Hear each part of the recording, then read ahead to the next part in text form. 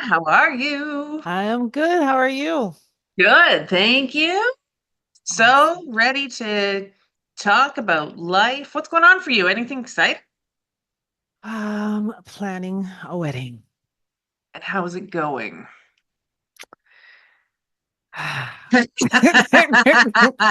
You know what? It's not bad. It's not bad. And like this is the second wedding. This is my second wedding, right? And so with the first one, I remember like doing all these charts and making sure that this was here and that and like it was an event, right? And as much as I want this to be an event as well, because I mean, it's my second wedding, but it's my first marriage to Ed. Um I don't want to do the whole circus, Yeah, right? But when you're inviting people, there's certain expectations. fair, So fair. just trying I to have really high expectations. I would like a champagne tumbler and like a diamond encrusted gift bag. Like I have right, right. very high Okay, expectations. let me make those Make notes. notes. Okay. Yeah, yeah. If you could make notes of those things, that'd be great. My wedding cost me about $2,000 and I did nothing. Wow. Yeah, See, I would love that. yeah. My dress was like $200. I bought my flowers at a grocery store on my way to the beach. Did you get married on a beach? Got married on a beach. Okay. Got married on a beach. Literally, the beach. We looked all over the place. We went to resorts. We went to all these places. We knew we were going to get married in Barbados. Hmm. Um, Side note, I'm not married anymore. I feel like I'm talking as if I'm still married. I'm not married. Um, we knew we were going to get married in Barbados. And we, so we looked at all the places. We went to the restaurants, we went to the resorts, we went to all these popular wedding spots and these things. And none of them just felt right. And there was a spot on the beach, like 10 feet over from where we used to take the kids. And I Hmm. was like, I'm gonna get married there. I like that spot. And we got married there. There was a piece of driftwood. We got married to the other side of the driftwood. Did you invite people? Did you have a lot of people? We had like 15 people. Wow. Um, like 15 people, and I didn't want to do any of it. Like the only reason I did any of it was because it was important to my mother-in-law, Hmm. and I didn't want to do any of it. And then I didn't want to do anything after. And she was like, no, no, we need to do a reception. And I was like, we don't need to do a reception. And then she said, don't worry, I'll take care of it. And I will say it was incredible. It was such a Caribbean reception. Her friend who owned a rental company donated the tent. Her other friend who was a caterer catered Hmm. it. Her other Hmm. friend who was a baker baked the cake. So like it was like just like it was literally a community reception Right, of right. all of her friends who did stuff, made Yeah. stuff. So I had fried fish, mac and cheese. Ooh. It was good. It was great. I didn't eat my cake because I don't like rum cake. You don't? No, I don't like rum cake. Blasphemy. I know. I know. The funniest, do you want the funny story from the rum cake? Alexis, my daughter, waited so late. She was exhausted and she just wanted cake. She was like, I just want cake. She was so overtired. So so she waited and we went here and we tried to explain to her that we didn't think she'd like the cake because Hmm. because it's rum cake. She was, Hmm. I don't know, 4. And so we tried and she was like, no, I want cake. I want cake. I want cake. So we gave her a piece of cake, literally like she still was tears and shaking because she was so, should have been in bed, put the cake in her mouth and she just went, and the it was rum cake. And so then end of cake. She really thought it was chocolate cake. It was not, it was rum Oh, cake. didn't want to believe you. Yeah, As we my tried mother to says, if you tell can't hear, you will feel. her. Exactly. Yeah, it was an imposter of a cake, Jen. An Huh? imposter of a cake. Well, good segue I into know, I what we're tried right talking there. about. That was good, Mel. That was good because we are talking about imposter syndrome and how imposter syndrome is a liar. but so are we sometimes, right? And so Mhm. I was really excited for this one. This one's Yeah. a good one. This one's a good one. Yeah. It's so, and we've had lots of conversations about imposter syndrome, you and I, because like there's a part of me that gets it. Like, because we all have the inner thoughts that Mhm. say, I can't do this or I'm going to fail at this. Like, we all have those thoughts. But I also feel like because we've put a label on it, it's almost made it acceptable. Mm, And so yeah. it's almost feeding the narrative of I can't lead because I have imposter syndrome. Mhm. Versus prior to sort of having this nice little label that we put onto it, it was like, this scares the shit out of me. I don't know if we swear on our podcast. We haven't established that or not, but scares. Here we go. Here we Here we go. Guess are. we do. Um, like, this scares me. So I need to figure out how to do it anyways. But it's all, to me, what I struggle with labels as a whole, but with imposter syndrome for sure, is I feel like it allows people to make an excuse for why they don't do things. Mm. And Well, that's a big statement, and I yeah. know that. Well, no, but here's the thing, right? With regards to imposter syndrome, it is a very natural feeling. Like the feeling Yes. of imposter syndrome is a very natural feeling because we have, I'm going to get sciencey, neuroscience on people now, but we have what's called negativity bias. Mhm. And it's a way of protecting us, Yeah. right? So back in the day, we needed to understand where all the dangers were for survival. The brain's number one job is to ensure we survive, right? Yes. And Yeah. so the amygdala that is located in our brain, which really tells us it's like our warning signal, it's like a Love smoke when alarm. Jen gets all sciencey. But the thing is, what happens is it goes off. And so, Hmm. what imposter syndrome, what happens is we're telling ourselves this message, oh, I can't do that. Oh, right. And our amygdala goes off like fear, danger. We're not comfortable right now. And then I think what's happened is we feed into it and we Mm. allow it to take over when it's a natural thing. We are naturally going to think, Yeah. oh, maybe I'm not going to do so well. Maybe I don't deserve it. We're going to naturally think those things. But then the difference between those who lead well and those who might not lead at all is that you're not making the effort. You're not going past that thought of I don't deserve to be here. I shouldn't be here. According to whom? Yes. 100%. You're And naturally going to tell yourself that to protect yourself, to protect yourself from embarrassment, because we don't want embarrassed to be embarrassed or fail or whatever the case might be. it's so funny that you say that because I've never actually thought of this before, but like when I used to train new salespeople, so been in sales for, I'm getting close to having to say 30 years, but sales for a long time. And what I used to say to people is, listen, when we'd go out and do like face to face, like Mhm. direct conversations, I'd be like, listen, you're going to get rejected. Plain and simple, you're going to get rejected because welcome to sales. And so I used to say to them before they'd go out for the first time, what are you going to tell yourself when Mm, you get rejected? yeah. And they'd look at me like I was crazy and they'd be like, what? And I said, I used to just tell myself, oh, they're not ready yet. And they're like, what do you mean? I said, well, because in the moment, if you don't prepare right now when we're all feeling good for what you're going to tell yourself when you're out there, the voice in your head is going to say, I'm not good at this. Everybody's rejecting me. I'm going to fail. Why'd I do this? Why'd I agree to take this job? Like, you're going to come up with all of these reasons why. That's what your Mhm. head's going to tell you.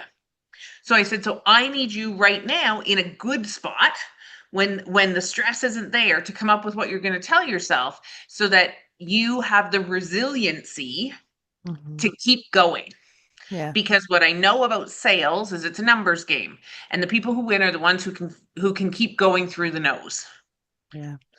And so it's interesting because I'd never actually put it together until now that it's almost the same thing. But again, for some reason in sales, we don't call it imposter syndrome, but it's the Mm, exact same thing. yeah.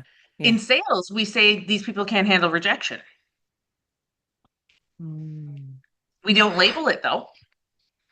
No, and so with this label, like, what do you think the label has done, especially for women in leadership? Um, I think the label has fed the narrative that women can't lead. Mm. I think it's feeding the narrative. I think, For society or for the individual? yes. I That wasn't a yes or no question, Mel. but yes, both things. Because I think I think it serves I think for the men in the world, not all men, but for the men in the world who are concerned about women stepping into leadership and what that means. I think them continuing the dialogue of that allows for imposter syndrome and that label to keep going is beneficial to them. Mm. And I think that that exists. And I also think that it feeds the narrative for women who it's easier to accept the label. It's less painful to accept the label than to do the hard work that it takes to get rid of that inner voice. Yeah. So I'm going to say something that people I'm we're probably going to get some slammed I'm for me already saying like, this. I'm like, I think we've become a society that values the victim more than the victor. mm-hmm. And I think it's easier to say I'm not good enough. I don't deserve this, and allow that to be the reason why you don't move forward than it is to say, okay, there's certain parts of me that I need to work on in order to become better at so that I can feel that I deserve this, Yep. one, and or need to separate the facts from the fiction. What are the stories you're telling yourself, and what are the actual facts? So I have a question based on what you just said. And I feel like this could become the trend of Melissa Bash's social media on the podcast. But my question is, like, how much of this do you think is played into because of social media? Because like I often say, social media shows your highlight reel. It doesn't Mm, show you the bad stuff, right? Like it's mhm, nobody's posting. There are some people, but most people aren't posting on social media. Like it's kind of like in business, you talk about the overnight success. And it's mhm, like, no, that person's actually been grinding at that business for the last 20 years. It mhm, just, you only heard about it last year. And so it mhm. feels like it was an overnight success, but they've been doing it in their basement for 20 years, Yeah, yeah. right? So, how much of this imposter syndrome do you think comes from social media? Like, you know what I mean? Like, because we're watching people's highlight reels. Yeah, And it's yeah, like, well, look at all these people who are doing it. I can't. Like yeah. they're so much farther ahead. They, you know what I mean? Yeah, the danger has become that people compare themselves. You Mm, cannot, and I tell my clients this all the time, you cannot compare yourself to what you see on social media. I had a string I don't know what it was, but I had a string of young women coming to see me and saying, "Oh, everybody is getting married and everybody is doing so well and has relationships, this, that, and I'm the only person who's not." And I'm like, no, what you're seeing are the highlights of someone's relationship. What you're seeing, mhm. right? And the way social media is, it's listening to us. So if you're Yep, talking about relationships and you're talking, then that's what's coming into your feed, right? And 100%. so it's a lie that we start to believe. Did I Yeah. answer your question? What was the question again? It's about social media and the impact that it has. And do Yeah, you like, yeah, percent you did. yeah. Yeah, because I think you're right. Like, and which is an interesting one because because it is like, is it? like it is that whole concept of we're lying to ourselves, right? Like, or about ourselves. Like even the I can't do it, or any of the I can't statements. Like those are Mhm. all lies we're telling ourselves. There's very few things that Mhm. if we tried and put effort and work and time, if it was important to us and we invested into it, that we Mhm. couldn't accomplish. Yeah. Oh, look, actually, I can. You can. Look at that. Someone was planned and it wasn't. Right. Wow. Yeah. Yeah. So why do you think like I know even and this I'm gonna like ask social worker Jen. Uh because I know even for myself, like I always say in like if you were, I almost feel like I have two personas, right? Like I have like work me and then personal life me. Mhm. And work me is very confident, is willing to take risks, is more likely to like will do whatever it takes to win, like all of those things. Mhm. Work me will do most things Mhm. comfortably, confidently, and like say, screw it, I'm going to do it anyways. Right. But personal me Mhm. is a lot, tells myself more of those stories and falls into those stories a little bit more. And so, like, why do we think like even people, competent women, because I would deem myself competent, Mhm. why do even we tell ourselves these stories? Social worker Jen. Okay, well, let's see. I think we the personal you feels more like you've been able to compartmentalize, this is work, this is what happens Mhm. here, this is how we succeed, right? And so you don't necessarily personalize the things that go on at work. It's like, okay, so this is just what we need to do. Whereas Yeah. the personal you, that's your emotions, that's your true self. Don't want to feel those quote unquote negative emotions, right? Hmm. And so then we tell ourselves stories, right? Yeah. The thing is, we tell ourselves stories in both places. It's just that we listen more to the stories at work in a different way than or we hear the stories at work in a different way than we hear the stories in our personal lives. And so it's always fact checking. Mm. We have to fact check all of the time, right? It's funny because I think people, we're in a society where we take the easy way out a lot, Yeah. right? It's fast, easy, right? Yeah. And it's fast and easy to say I'm not good enough, I don't deserve, and to fall into that. But long term, it's actually not easy because living with that and living with the regret ends up in depression, ends up with anxiety, ends up in a lot of different things, right? And so we've got to be careful. We really, really do. So there's a book that I've read a couple times. I use it a lot. I definitely used it a lot when I was leading salespeople and when I worked in the wellness industry, helping people with goals and things like that. It's called Change Anything. And the Mhm. group that's behind that book, they talk a lot about willpower. Mm, And so they call it the willpower trap because they don't actually believe willpower exists.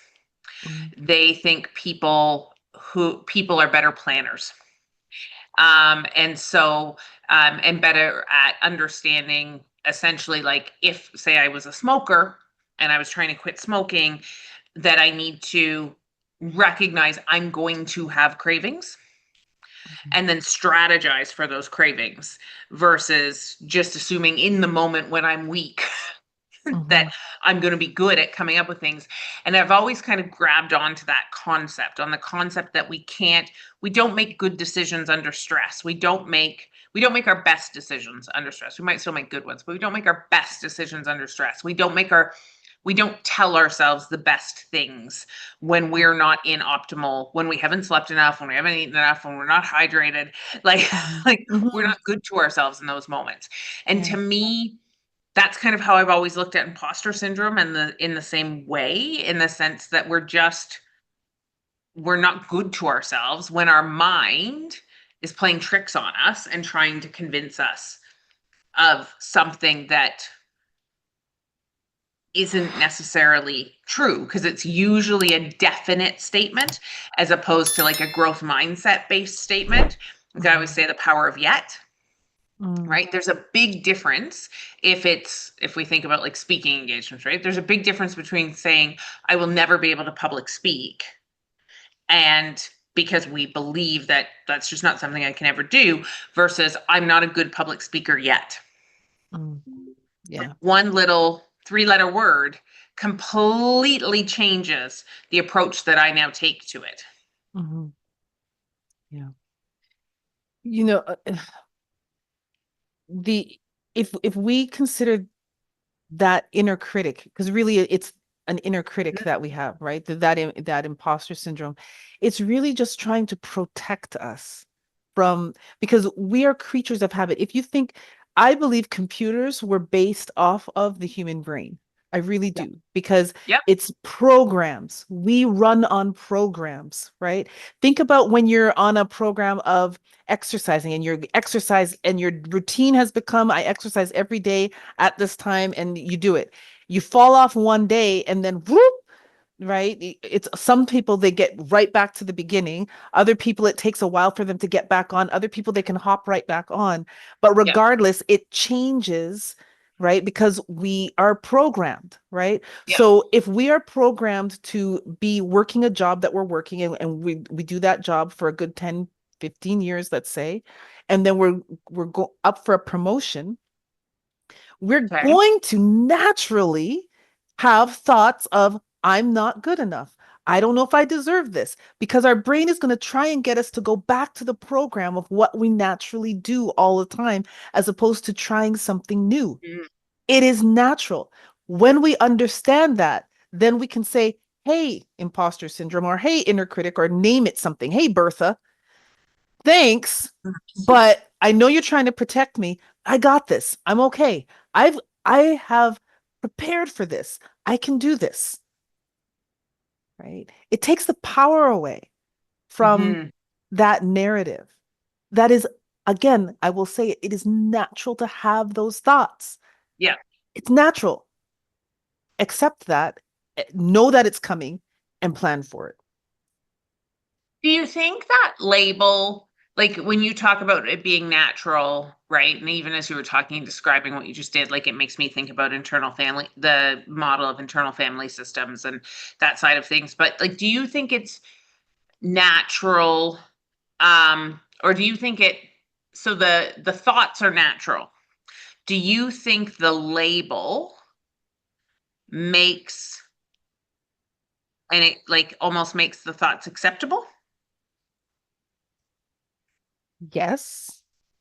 And And And so we have what's in our brains. People, if anyone who has heard me talk has heard me say this, reticular activation system. We have a RAS filter, okay? Mhm. And that RAS filter pays attention and validates your thoughts, or your beliefs, right? So if you're saying to yourself, "Oh, I have imposter syndrome," your RAS uh, filter turns on and looks for every opportunity to validate that mhm. you are an imposter, because you're selling yourself, I'm an imposter, Yep. right?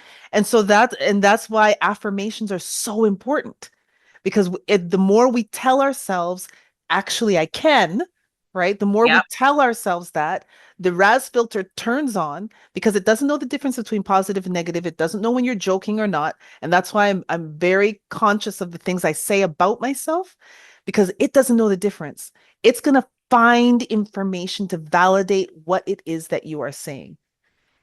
So you don't want to say anything negative about yourself, not even in a joke. Yep. Interesting. It's so, and I know you say that to me all the time because I'm somebody who is sarcastic and a little bit self-deprecating, but not like, not even in like, more in a jokey way than in like in a truly believe it way. And you say that to me all the time. Melissa, your thoughts are listening. And I'm like, oh yeah, yeah. And I catch myself now. I still do it, but I catch myself now. It's, yeah, it's such an interesting way of looking at it, right? Like so if we think about, like, I know for me, similar to sort of that idea that we talked about with the sales, right? Like, and I don't even know how I started that as a salesperson, like the whole inner voice of they're just not ready yet. I never thought it was me. I can't possibly be me. I never had that thought. And so, but I do think there's so much power in sort of creating tools or systems or statements, whether they're I statements, whether they're affirmations, whatever they are, to sort of reframe those thoughts so that when, because they're natural, when they hit your head, when they show up there, that taking that step to actively reframe. And for me, I think one of the things that I've always done and always considered is both the, like, what do I verbally need to say in terms of like that positive self-talk side of things, but also I'm big into like the physical change, right? Like power posing and those things that to me Mm. create the feeling that I can do almost anything. And so what are some of the things that you do when that voice comes I out? have to remind myself that just because I feel something doesn't make it true. Ah. So oftentimes we can feel something, and those feelings are because of whatever we're thinking and whatever meaning we've put to that thought. Mm-hmm. That doesn't make it the truth. And so understanding that, and and it's not easy. I'm not going to even pretend to say that it's easy. It's Yeah. something that we have to consistently be working on, but we've got to be truth seekers, right? Me saying, you know what, because one of the things that I often say, and you hear me say it, is I have a terrible memory, right? Okay. If I keep telling myself and I keep believing that, then my RAS filter kicks in and it's going to believe that as well. But is it the truth? Because if I look at the things that I've accomplished in my life and Yeah. different things that I've, in terms of, for example, with my children when they were babies, they're still alive.